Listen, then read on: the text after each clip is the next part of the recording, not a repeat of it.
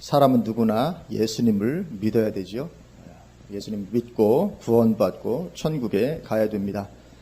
왜냐하면 지옥은 반드시 존재하기 때문이고 거기는 한번 들어가면 빠져나올 수가 없는 영원한 곳이기 때문에 그렇습니다. 그래서 우리는 예수님을 믿어야 되는데 예수님을 믿되 우리는 분명하게 믿어야 될 줄로 믿습니다. 믿는 것 같지 않게 그렇게 믿어서는 안 되는 것이죠. 그러나 오늘날 그리스도인들 가운데는 믿기는 믿지만 믿는 것인지 아니면 안 믿는 것인지가 애매모호한 그런 신앙을 가진 사람들이 부지기수로 많이 있는 것이 또 현실입니다.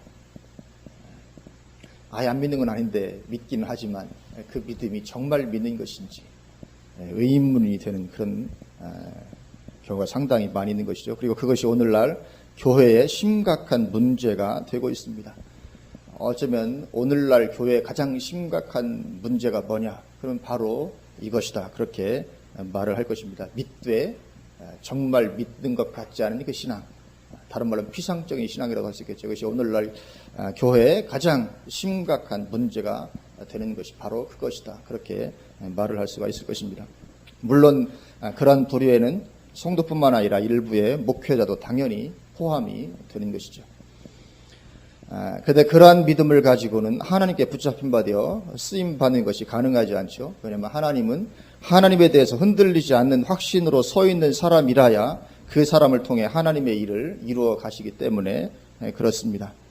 그래서 하나님께서 그렇게 누군가를 쓰시기로 작정하시면 그때부터는 이제 그 사람의 어떤 가지고 있는 배경이라든지 그의 지식, 그가 가진 것의 부족함 이런 것들은 전혀 문제가 되지 않습니다. 하나님은 마음이 합한 사람을 찾으시면 하나님의 자원과 하나님의 능력으로 그를 통해 하나님의 일을 이루어 가시는 것이죠. 하나님께서 하시는 것입니다. 소위 말하는 기름 부으심이라는 것이죠. 그렇게 해서 하나님께 쓰임받는 사람이 되는 것입니다. 가장 중요한 게 무엇입니까? 하나님 안에서 분명한 그 믿음이죠. 그렇다는 것을 보여주는 것이 바로 히브리서 11장입니다. 히브리서 11장은 우리가 잘 알듯이 하나님께서 쓰셨던 사람들을 열거하고 있습니다. 공통된 특징이 한 가지 있는데 그것은 모두 믿음의 사람들이었다는 것이죠. 하나님에 대해서 전혀 흔들림 없이 분명한 확신을 가진 그런 사람들이었다는 것입니다. 그래서 우리가 히브리서 11장을 보면 거기 나오는 인물들의 똑같은 사람이 하나도 없죠. 다 다릅니다. 다 배경도 다르고 사회적 지위도 모두 달랐죠. 아브라함 같은 부자도 있었고 모세 같은 왕자도 있었는가 하면 다윗 같은 양치기 소년도, 사실은 다윗은 왕 때 부름받은 것이 아니죠. 그 양치기 소년 아무 잃어버렸을 때 그때 하나님께서 그의 믿음을 보시고 부르셨던 거죠. 그리고 양치기 소년도 있었고 라합 같은 기생도 거기에 나옵니다. 다 다릅니다. 배경도 다르고 사회적 지위도 다르고 그들이 가진 지식의 정도도 모두 달랐습니다. 그렇게 모든 것이 다른 그런 사람들이었지만 하나 공통된 것이 있는데 그것이 뭐냐면 믿음에 있어서만큼은 전혀 흔들림이 없었다는 것이죠. 이 공통된 사실 하나로 그들은 모두 하나님께 쓰임받고 만대 인정받은 하나님의 사람들이 되었던 것입니다. 그래서 우리가 히브리서 11장을 보면 그들은 심한 고문을 받아도 믿음에 흔들리지 않습니다. 왜? 믿음이 분명하니까. 아무리 심한 고난을 받아도 전혀 흔들림 있는 법이 없었고 궁핍 가운데 있어도 흔들리지 않았고 조롱을 받아도 또는 죽음이 눈앞에 다가와도 그들은 흔들림이 없었습니다. 왜요? 분명한 믿음이 있었으니까. 어떠한 고난과 역경과 조롱과 비웃음, 매맞음, 심지어 죽음이 눈앞에 와도 전혀 그들은 흔들림이 없었던 것을 보게 됩니다. 그런데 오늘날 요즘에 보면 소위 재림신앙을 가지고 있다고 하면서도 환란에 들어가는 것에 벌벌 떠는 사람들이 얼마나 많은지 모릅니다. 환란 들어가면 안 된다. 우리 감당 못한다. 벌벌 떠는 사람들이 얼마나 많은지 모릅니다. 그러나 히브리서 11장에 이들은 도무지 세상이 감당치 못할 만큼의 그런 믿음을 가지고 있었던 것을 보게 되죠. 이런 사람은 세상이 도무지 감당하지 못한다. 우리가 얼마든지 세상이 우리를 감당하지 못하는 그런 믿음을 가질 수가 있는 것입니다. 그런 사람들에게는 세상이 아무리 혹독하게 그를 대해도 그런 승리하는 것이죠. 불안한 것이 아닌 것이죠. 그런데 안타깝게도 믿는 하나님의 백성들이 모두 그렇게 분명한 믿음을 가지려고 하지는 않는다는 것입니다. 그 믿음을 가지려고 하면 좋겠는데 그렇게 하지는 않는다는 것입니다. 제가 지금 말씀드리는 것은 대단한 믿음을 말하는 것이 아닙니다. 분명한 믿음을 말하는 것입니다. 큰 어떤 믿음을 말하는 것이 아니고 정말 분명한, 나는 분명히 하나님을 믿는다. 뭐 어떤 위대한 믿음이 아닙니다. 선명하게 분명하게 내가 하나님을 믿는 그 믿음을 말하는 것입니다. 그래서 오늘 본문에서도 엘리야가 백성들에게 도전한 것은 한 가지입니다. 태도를 분명히 하라는 거죠. 한 가지. 하나님에 대한 태도를 분명히 하라. 하나님이냐 바알신이냐 어느 편에 서겠느냐는 것이죠. 둘 사이에서 머뭇머뭇하지 말라는 것입니다. 하나님을 믿으려면 확 믿어버리고 아닌 것 같으면 떠나가라 그거죠. 오늘 보면 다시 한번 보실까요? 16절부터 보면 오바댜가 가서 아합을 만나 그에게 말하매 아합이 엘리야를 만나러 가다가 엘리야를 볼 때 아합이 그에게 이르되 이스라엘을 괴롭게 하는 자여 너냐? 그가 대답하되 내가 이스라엘을 괴롭게 한 것이 아니라 당신과 당신의 아버지의 집이 괴롭게 하였으니 이는 여호와의 명령을 버렸고 당신이 바알들을 따랐음이라. 그런즉 사람을 보내 온 이스라엘과 이세벨의 상에서 먹는 바알의 선지자 450명과 아세라의 선지자 400명을 갈멜산으로 모아 내게로 나오게 하소서. 아합이 이에 이스라엘의 모든 자손에게로 사람을 보내 선지자들을 갈멜산으로 모으니라. 엘리야가 모든 백성에게 가까이 나아가 이르되 너희가 어느 때까지 둘 사이에서 머뭇머뭇하려느냐? 여호와가 만일 하나님이면 그를 따르고 바알이 만일 하나님이면 그를 따를지니라 하니 백성이 말 한마디도 대답하지 아니하는지라. 말 한마디도 안 합니다. 하나님이면 하나님 따르고 아닌 것 같으면 바알 따르라. 그럼 어떻게 가야 되잖아요. 하나님 편으로 가든지 바알 편으로 가든지. 근데 가만히 있는 것입니다. 한 말도 안 하고. 이게 뭡니까? 그냥 중간에서 머뭇머뭇하는 것이죠.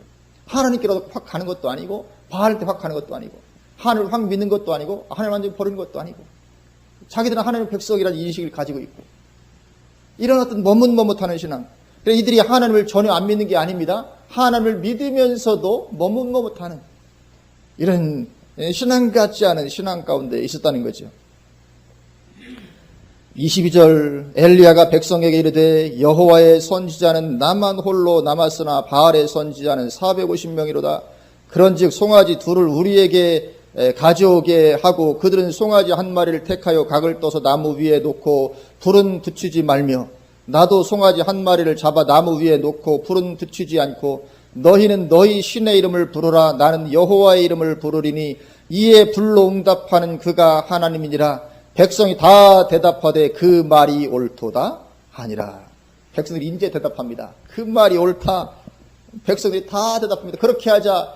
불을 내려서 불 내리게 하는 신이 참 신인 줄 믿고 우리가 그렇게 하자. 이 백성들이 대답이 지금 얼마나 믿음 없는 말입니까? 이들이 지금 믿음 없다는 것을 그대로 보여주는 것입니다.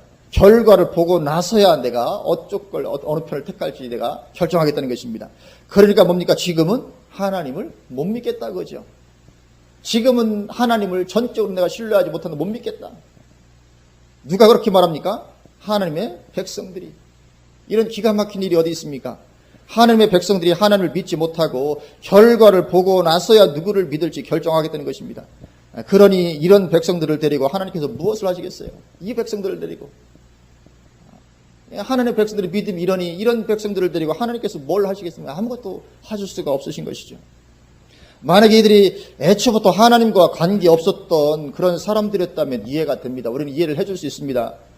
당연히 처음부터 하나님을 안 믿었다면 결과를 보고 나서 믿을지 여부를 결정하겠다 이런 태도는 뭐 합리적이고 당연하다고 우리가 이해를 해줄 수 있을 것입니다. 그러나 이들은 하나님의 백성들입니다. 하나님의 백성이라는 사람들이 결과를 보고서야 어느 쪽을 믿을 것인지 그때 가서야 판단하겠다니 이런 비극이 없는 것이죠. 이건 비극입니다. 하나님의 백성들이 이런 자세를 가지고 있다는 것은 이건 비극이죠. 그런데 안타깝게도 교회 안에서 벌어지는 이러한 현상은 주님 다시 오시는 마지막 날까지 지속되는 것입니다.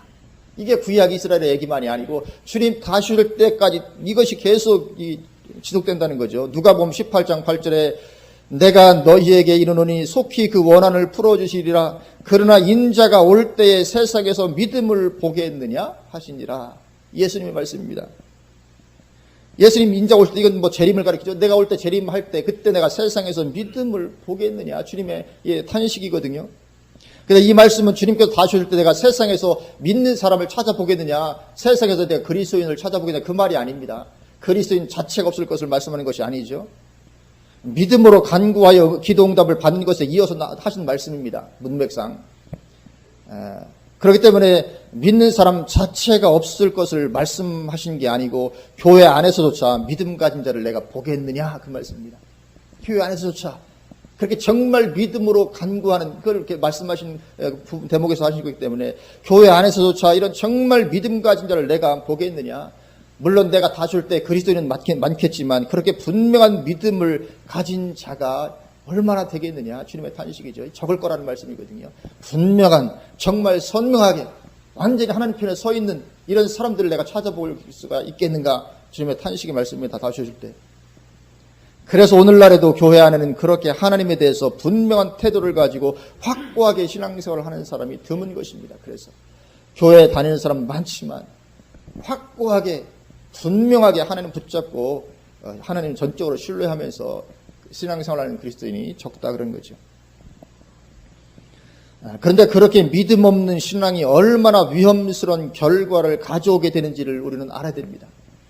이 분명하지 못한 믿음, 선명하지 못한 이 믿음이 물론 믿는다고 하겠죠. 그러나 그 믿음이 얼마나 위험스러운 결과를 가져오게 되는지 모르는 것입니다. 머뭇머뭇하는 그런 믿음 가지고는 심판에 들어가게 되고 말 것이기 때문에 그렇습니다. 왜냐하면 확신이 없으므로 두 주인을 섬길 수밖에 없죠. 하나님과 바알 두 주인을 섬길 수밖에 없습니다. 왜? 하나님께 대한 확신이 없으니까. 확신이 있으면 분명히 하나님만 섬길 텐데 확신이 없으면 두 주인을 섬길 수밖에 없습니다. 그런데 성경 뭐라고 말씀합니까? 실제적으로는 두 주인을 섬길 것이 불가능하다 그렇게 말씀하거든요. 마태복음 6장 24절 한 사람이 두 주인을 섬기지 못할 것이니 혹 이를 미워하고 저를 사랑하거나 혹 이를 중히 여기고 저를 경히 여김이라 너희가 하나님과 재물을 겸하여 섬기지 못하느니라. 그래서 신앙생활을 하기는 해도 하나님에 대한 확신이 부족하니까 세상을 버릴 수가 없는 것이죠.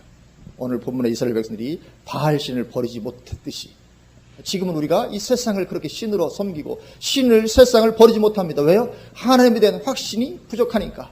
그래서 하나님과 세상을 겸하여 섬기는 그런 가운데 있는 것입니다. 얼마나 많은 그리스도들이 지금 그런 가운데 있습니까? 하나님과 세상을 겸하여 확신이 없으니까. 그래서 결국 성경 뭐라고 말씀합니까? 겸하여 섬기는 것은 가능한 것이 아니다. 그렇게 말씀을 한다는 거죠. 그래서 결국은 그것은 세상을 섬기는 것이 되고 만다는 것입니다. 겸하여 섬기는 것은 그것은 세상을 섬기는 것입니다. 하나님을 섬기는 것이 아니고. 그래서 마침내는 망하게 되고 마는 것입니다. 대표적인 예가 롯의 아내입니다. 롯의 아내. 하나님께로 확 돌아서는 그런 신랑이어야 되는데 그렇지를 못했습니다. 그래서 어떻게 됩니까? 우리 잘 아는 대로 멸망으로 들어가고 말죠. 소금기둥이 되어버리고 맙니다. 왜 그렇습니까? 그것은 사실은 신앙이 아니기 때문에. 롯의 아내가 하나님을 전혀 안 믿었습니까? 당연히 하나님을 믿었겠지요. 롯의 아내가. 그렇지만 확고한 어떤 신앙을 가지고 있지 못했던, 그래서 결국은 소금기둥의 심판가로 들어갈 수밖에 없었던 것이죠. 누가복음 17장 32절 33절 이렇게 말씀합니다. 롯의 처에 대해서 롯의 처를 기억하라. 무릇 자기 목숨을 보존하고자 하는 자는 잃을 것이요 잃는 자는 살리리라. 롯의 처를 보고 좀 깨달으라는 것입니다. 롯의 처를 좀 봐라. 자기 목숨 보존하고자 하는 잃을 것이요 잃는 자는 산다. 그래서 롯의 아내는 목숨을 잃어버리고 말았다는 것을 말씀하는 것입니다. 롯의 아내가 목숨을 잃어버렸죠. 목숨을 잃어버렸습니다. 그런데 여기 목숨은 단지 육체적 목숨만을 말하는 게 아니라는 것입니다. 롯의 아내가 육체적으로 죽었죠. 근데 여기서는 지금 롯의 아내의 육체적 죽음을 말하는 것이 아니라는 것입니다. 육체적 목숨이야 누구나 다 언젠가는 잃어버리게 되고 마는 것에 불과합니다. 안 죽을 사람이 누가 있습니까? 육체적 죽음은 누구나 다 맞이합니다. 그래서 여기 롯의 아내의 죽음을 육체적 죽음을 말하고 있는 것이 아닙니다. 여기 목숨은 영적인 구원과 연결되는 말씀인데 왜 그러냐 하면 이 문맥이 지금 휴거되는 믿음과 연결시켜서 말씀하는 문맥에 사신 말씀이기 때문에 그렇습니다. 누가복음 17장 이 말씀이 지금 휴거되는 믿음과 연결시켜서 말하면서 롯의 처를 이야기를 하고 있거든요. 그래서 누가복음 17장 29절부터 다시 한번 보면 이렇게 말씀하고 있습니다. 롯이 소돔에서 나가던 날에 하늘로부터 불과 유황이 피우듯 하여 그들을 멸망시켰느니라. 인자가 나타나는 날에도 이러하리라. 재림때를 말씀하죠. 그날에 만일 사람이 지붕 위에 있고 그의 세간이 그 집 안에 있으면 그것을 가지러 내려가지 말 것이요 밭에 있는 자도 그와 같이 뒤로 돌이키지 말 것이니라. 롯의 철을 기억하라. 무릇 자기 목숨을 보존하고자 하는 자는 잃을 것이요 잃는 자는 살리리라. 내가 너희에게 이르노니 그 밤에 둘이 한 자리에 누워 있음에 하나는 데려감을 얻고 하나는 버려둠을 당할 것이요. 여기 데려감이 뭡니까? 휴가를 가리키는 것이죠. 두 여자가 함께 맷돌을 갈고 있음에 하나는 데려감을 얻고 하나는 버려둠을 당할 것이니라. 그러니까 롯의 철을 좀 생각해라, 이런 말이거든요. 결국 롯의 철은 데려감을 당하지 못한 사람의 어떤 비유로 지금 쓰고 계시는 것을 보게 됩니다. 이것이 지금 뭡니까? 이것이 지금 하나님께로 확 돌아서는 분명한 신앙이 되지를 못하면 그렇게 영원토록 위험한 결말을 맞이할 수 있게 된다. 그것을 보여주는 것이죠. 롯의 초와 같은 그런 믿음 가지고 있다가는 휴거되지 못하고 남겨지게 될 것이다. 그런 말씀을 지금 하고 계시는 것이거든요. 롯의 초가 하나님을 안 믿은 것이 아니고 믿었지만 그러나 믿음이 선명하지 못했습니다. 분명하지 못했습니다.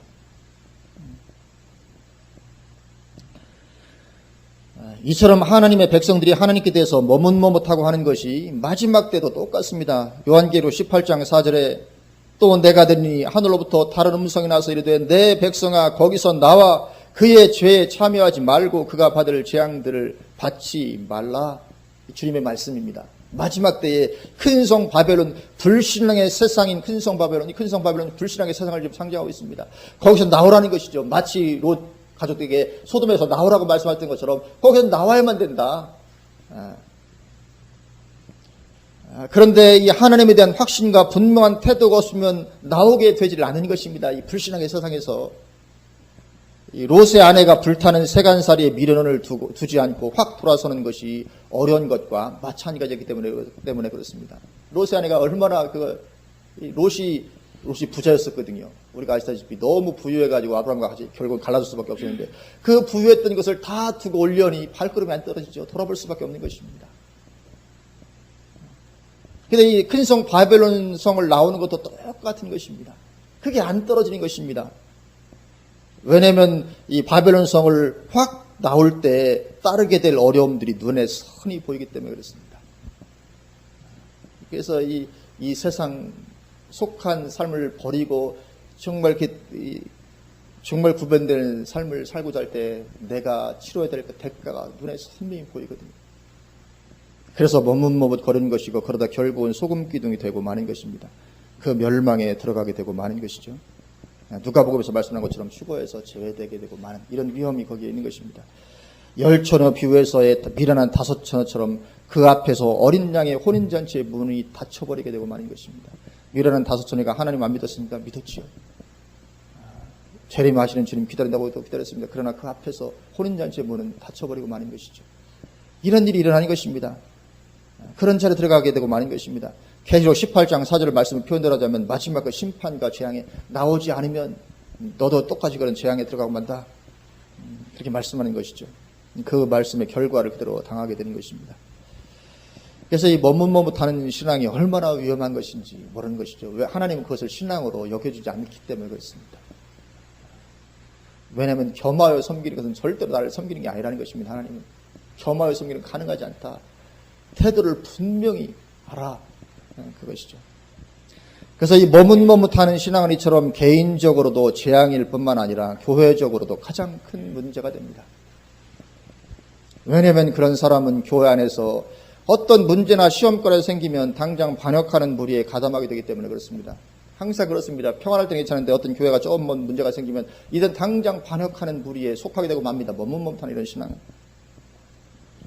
모세가 시내산에 올라가서 소식이 없자 어떡합니까? 금송아지 우상을 만들어 놓고 뛰놀았던 사람들, 안 믿었던 사람들이 아닙니다. 이스라엘 백성들입니다. 머뭇머뭇하던 사람들이었습니다. 또 어떤 위기와 어려움들이 닥치자 모세를 치고 우리 다시 애굽으로 돌아가자 말했던 사람들 역시 머뭇머뭇하던 사람들이었습니다. 하나님께로 확 돌아서지 않고 있던 사람들, 이들은 항상 틈만 생기면 돌아가자, 틈만 생기면 누구를 치자, 항상 반역하는 무리에 가담하고 늘 그러는 것입니다. 가나안 땅을 정탐했던 12정탐꾼이 돌아오자 울고불고 했던 사람들, 머뭇머뭇하던 사람들이었습니다. 여호수아 갈렙은 절대 그러지 않았죠. 그러나 머뭇머뭇하던 사람들은 하나님을 안 믿는 것은 아니었는데 막상 가나안을 실을 보고 나니까 하나님에 대한 확신이 없으니까 거기서 울고불고하고 난리를 피우고 돌아가자. 저놈이 우리를 죽이려고 여기까지 끌고 왔구나. 모세를 치자. 뭐 이런 일들을 하는 것입니다. 그래서 그들 때문에 어떻게 됩니까? 전 교회가 다 40년을 광야에서 돌다 죽게 만든 것입니다. 그런 일을 벌이는 것이죠. 그런 일이 발생되게 만드는 것입니다. 이처럼 머뭇머뭇하는 사람들은 전 교회적으로도 최고의 문제거리가 되고 있는 것입니다. 오늘날에도 분열을 겪고 있는 교회들이 많이 있죠. 출애굽에서 이스라엘 백성은 늘 분열로 싸웠던 것처럼 오늘날에도 분열을 겪고 있는 교회들이 많이 있습니다. 그 분열에 앞장서고 있는 사람들 누굴까? 역시 하나님에 대한 신앙에서 머뭇머뭇하는 사람들이죠. 하나님 안 믿는 건 아닙니다. 믿지만 하나님께 확 돌아서지 않고 머뭇머뭇하는 사람들이 항상 교회에서도 그 교회 분열에 앞장을 서고 있는 것입니다. 하나님에 대한 신앙이 분명하면 그렇게 할 수가 없는 것입니다. 만약에 하나님에 대한 신앙이 분명하다 그러면 도무지 그렇게 분열의 자리에 있을 수 없는 것입니다. 그러나 신앙이 그러하지 못하기 때문에 하나님의 원칙을 내버리고 세상 원칙에 따라 행하는 것입니다. 세상 원칙에 따라서 세상 법대로 하자 이거죠. 고린도전서 6장 6절에 형제가 형제와 더불어 고발할 뿐더러 믿지 아니하는 자들 앞에서 하느냐 이런 말씀을 우습게 여기고 던져버리는 것입니다. 아니 교회 안에서 형제가 형제를 대해서 어떻게 고발하고 고소하고 믿지 않는 그 재판관들 앞에 그렇게 할 수 있느냐. 성경이 말씀하고 있거든요. 아니 어떻게 믿지 않는 자들한테 우리를 재판해 주시오 하고 믿는 사람들이 이렇게 형제가 형제를 고발하고 고소하고 송사할 수 있냐 이거죠. 너희가 피차 고발함으로 너희 가운데 이미 뚜렷한 허물이 있나니 차라리 불의를 당하는 것이 낫지 아니하며 차라리 속는 것이 낫지 아니하냐. 성경이 이렇게 말씀하거든요. 네가 만약에 고발하고 고소할 것 같으면 차라리 고발하지 말고 네가 그냥 당해버리고 네가 손해를 보는 것이 낫지 않냐. 그러나 우리는 어떻게 말합니까? 내가 왜 아니 우리 편이 왜 억울하게 손해를 보냐 이거지. 내가 왜 손해를 보느냐.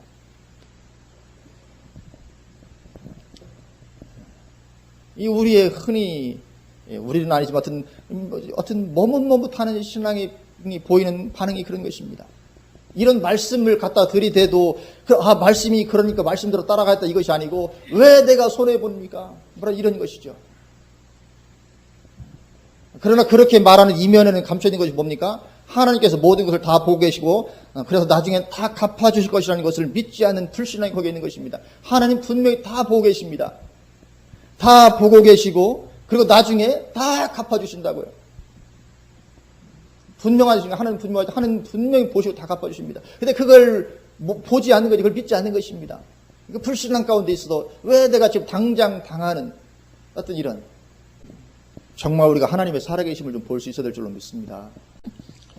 그래서 교회 안에서도 분쟁을 하고 하나님의 영광을 완전히 가려버리는 것입니다. 이런 교회들이 언론에 얼마나 요즘 나와서 참 그런지 모릅니다. 하나님의 영광을 정말 가리는 것이냐.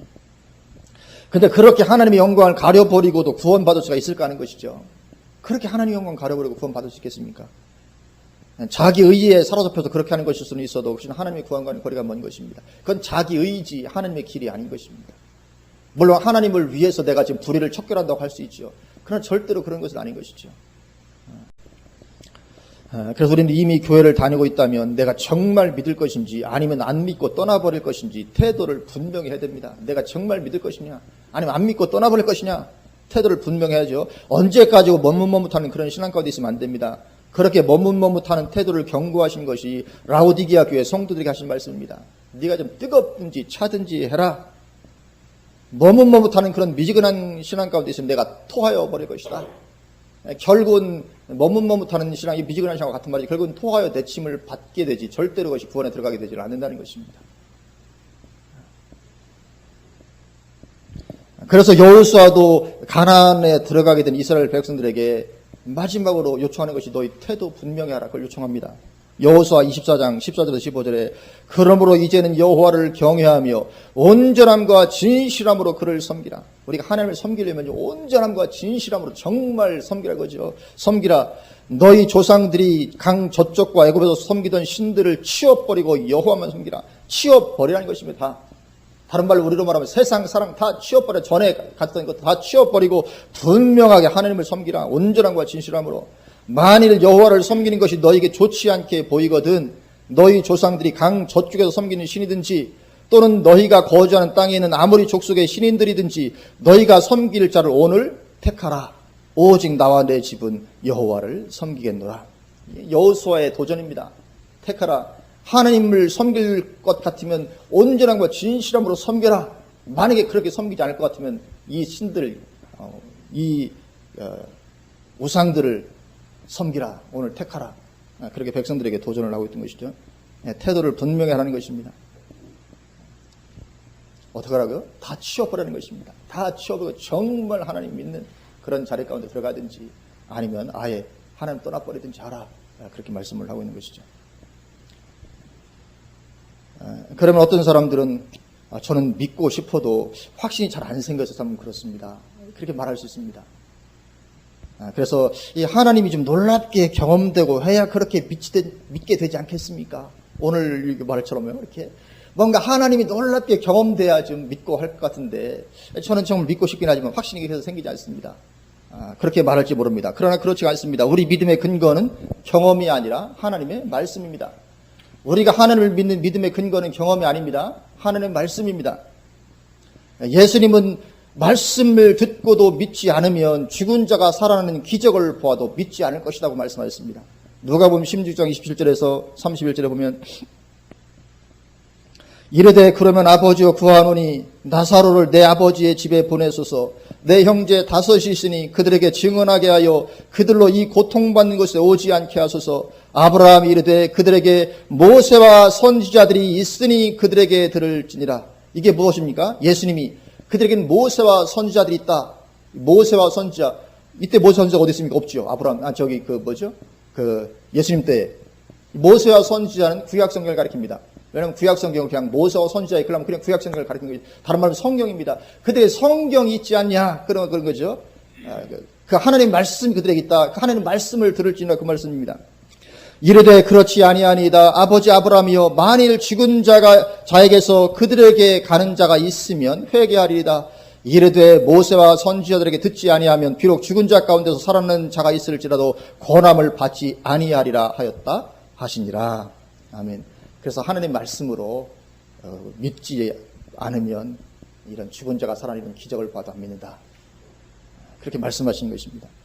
그래서 로마서 10장 17절에 그러므로 믿음은 들음에서 나며 들음은 그리스도의 말씀으로 말미암았느니라. 그렇게 말씀하십니다. 하나님의 말씀을 듣고 그때 성령이 역사하면 그가 믿게 되는 것이죠. 어떤 놀라운 경험을 해야 믿게 되는 것이 아닙니다. 놀라운 경험을 해도 하나님을 떠나가는 사람이 얼마나 많습니까? 죽을 병에서 고침받고 살아나도 하나님을 떠나는 사람들 많습니다. 하나님의 말씀을 듣고도 믿지 않으면 어떤 기적을 체험해도 안 믿는다는 것이죠. 그러나 어떤 기적을 체험하지 못했다 할지라도 하나님 듣고 믿는 사람은 믿는 것입니다. 성령의 역사로 말미암아 믿게 되는 것이죠. 그래서 우리는 그렇게 말씀을 듣고 믿었으면 이제 마음을 결단하고 나를 하나님께 완전히 던져버리는 것입니다. 완전히 던져버리는 것입니다. 말하면 돌아갈 다리를 다 끊어버리고 완전히 나를 하나님께 던져버리는 거죠. 더 이상 머뭇머뭇하지 않는 것입니다. 그러면 하나님의 살아계심에 대한 경험은 거기에 따라서 오게 되는 것이죠. 경험이 없는 게 아닙니다. 내가 믿고 결단하고 나를 하나님께 던져버리면 그때 경험은 거기에 따라오게 되는 것입니다.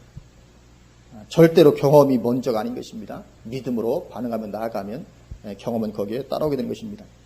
그렇게 되는 것이기 때문에 예수님도 보지 않고 믿는 자가 보고 믿는 자보다 복되다 그렇게 말씀하시죠. 너는 본고로 믿느냐? 보지 않고 믿는 자가 더 복되다. 그래서 우리는 경험이 없어서 못 믿는 게 아닙니다. 하나님은 분명히 살아계신 것입니다. 하나님께서 살아계신 증거는 무수히 많습니다. 로마서 말씀처럼 자연 만물만 보아도 우리는 하나님의 살아계심을 부인할 수 없습니다. 자연 만물만 보아도 어찌 하나님의 살아계심을 부인할 수 있겠습니까? 그러면 하나님의 살아계심이 보이면 그럼 나를 거기 확 던져버려야 되는 거죠.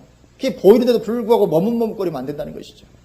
하나님의 살아계심이 분명하면 완전히 그쪽으로 나를 던져버려야죠. 그래서 정말 완전히 미친 어떤 그런 미치게 되는 어떤 그런 자리에 들어가야 되는 것이죠. 당연히 그렇게 돼야 되는 것이죠.